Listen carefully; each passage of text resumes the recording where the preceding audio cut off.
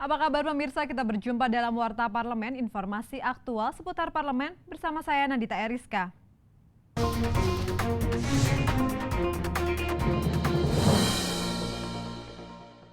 Rapat paripurna DPR RI mengesahkan hasil uji kelayakan dan kepatutan yang dilakukan Komisi 3 DPR RI terhadap calon hakim agung dan calon hakim ad hoc tipikor di Mahkamah Agung.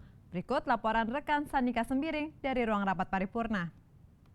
Pemirsa, rapat paripurna DPR RI kelima masa persidangan 1 tahun sidang 2016-2017 menyetujui 3 nama calon hakim agung, di mana ketiga nama calon hakim agung yang terdiri dari Haji Panji Widakdo SH MH, Dr. Ibrahim SH MH LLM, dan Dr. Haji Edi Riyadi SH MH. Dan pemirsa, sebelumnya sudah dilaksanakan uji kepatutan dan kelayakan pada tanggal 23 Agustus 2016 dan 25 Agustus 2016 di Komisi 3 DPR RI.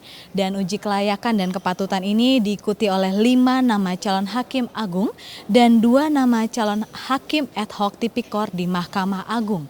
Komisi 3 memberikan persetujuan terhadap 3 calon hakim agung dari 5 yang diajukan oleh Komisi Yudisial dan tidak menyetujui satupun dua calon hakim ad hoc tipikor yang diajukan oleh Komisi Yudisial.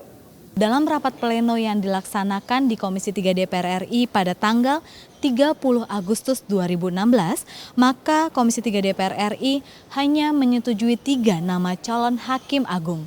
Dan kepada 3 calon hakim agung yang terpilih, DPR RI berharap calon hakim agung terpilih mampu menjadikan lembaga peradilan sebagai lembaga yang akuntabel dan berwibawa. Amanat konstitusi, Dewan ikut menentukan uji kelayakan sebagai bagian dari prinsip akuntabilitas dan transparansi antara lembaga negara kita. Pemirsa, demikian yang dapat saya laporkan langsung dari ruang rapat paripurna. Sanika dan Aang TVR Parlemen melaporkan. DPR RI meminta pemerintah khususnya Kementerian Keuangan dapat meningkatkan pengelolaan penerimaan negara selain pajak agar target penerimaan negara dalam APBN dapat terpenuhi, sehingga program-program yang telah direncanakan pemerintah dapat berjalan secara optimal.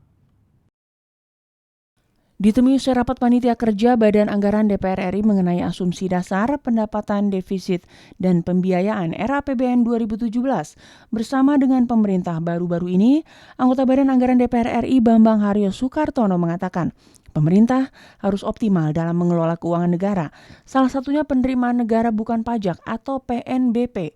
Hal ini dimaksudkan agar target pendapatan negara dapat terpenuhi sehingga dapat berdampak langsung pada masyarakat.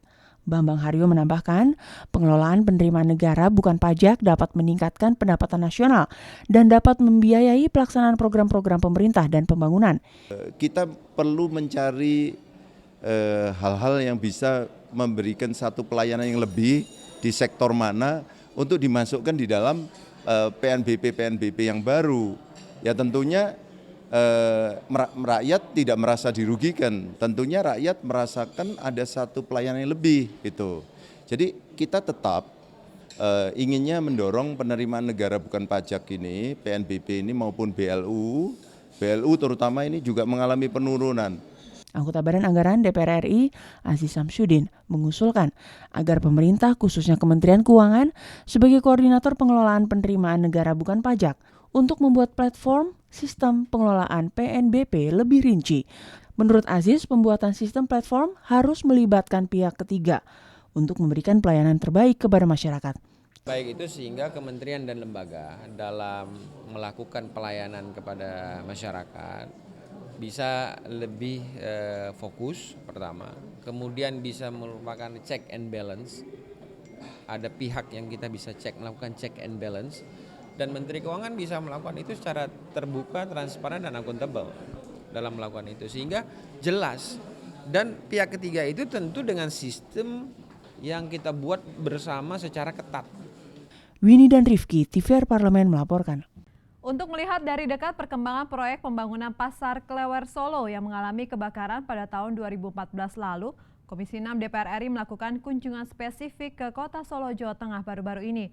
DPR mendesak pemerintah melengkapi seluruh pasar dengan peralatan pencegah kebakaran. Komisi 6 DPR RI mengadakan kunjungan spesifik ke Kota Solo, Jawa Tengah baru-baru ini. Dalam peninjauan ke Pasar Klewer kali ini, tim Komisi 6 DPR RI didampingi oleh Wali Kota Solo, Kepala Dinas Pengelolaan Pasar, dan SKPD Kota Solo serta pihak terkait lainnya. Ketua Tim Kunjungan Spesifik Komisi 6 DPR RI, Arya Bima, mengatakan untuk tahap pertama proyek pembangunan Pasar Klewer selesai.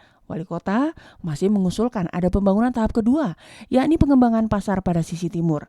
Arya Bima menambahkan, Komisi 6 DPR RI mendukung penuh program revitalisasi pasar ini. Proyek revitalisasi Pasar Klewer merupakan bagian dari komitmen Komisi 6 DPR RI untuk meningkatkan peran industri kecil, mikro menengah dalam perekonomian nasional. Masih terkait dengan pengawasan politik anggaran, sejauh mana implementasi dari kurang lebih anggaran APBN sekitar 130 miliar itu mewujud di dalam bangunan fisik untuk Pasar Klewer, yang itu merupakan bagian juga komitmen leading sektor Komisi 6 untuk industri kecil menengah mikro, baik pedagang maupun pengusaha. Anggota Komisi 6 DPR RI Bambang Haryo Soekartono mengatakan, Pasar Klewer sudah mendapat bantuan sebesar 120 miliar rupiah sejak tahun 2015. Pasar ini direvitalisasi karena terjadi kebakaran pada akhir Desember 2014 yang lalu. Bambang Haryo mendesak pemerintah daerah untuk melengkapi berbagai fasilitas yang ada di Pasar Klewer, khususnya peralatan-peralatan terkait pencegahan bahaya kebakaran, seperti sprinkler dan hidran yang letaknya harus tepat dan strategis. Pasar ini direvitalisasi karena terjadi kebakaran, yang dimana ini tidak boleh terjadi lagi, sehingga fasilitas-fasilitas yang ada di pasar ini, kelengkapan-kelengkapan yang berhubungan dengan kebakaran, yang tadi kita tekankan adalah smoke detector harus ada, sprinkler harus ada, hidran harus letaknya di posisi-posisi strategis, dan sebagainya. Dari Kota Solo, Jawa Tengah, Teguh Biantoro, TVR Parlemen melaporkan. Demikian Warta Parlemen kali ini, sampai jumpa pada Warta Parlemen berikutnya. Terima kasih atas perhatian Anda, saya Nandita Eriska, wassalam. Thank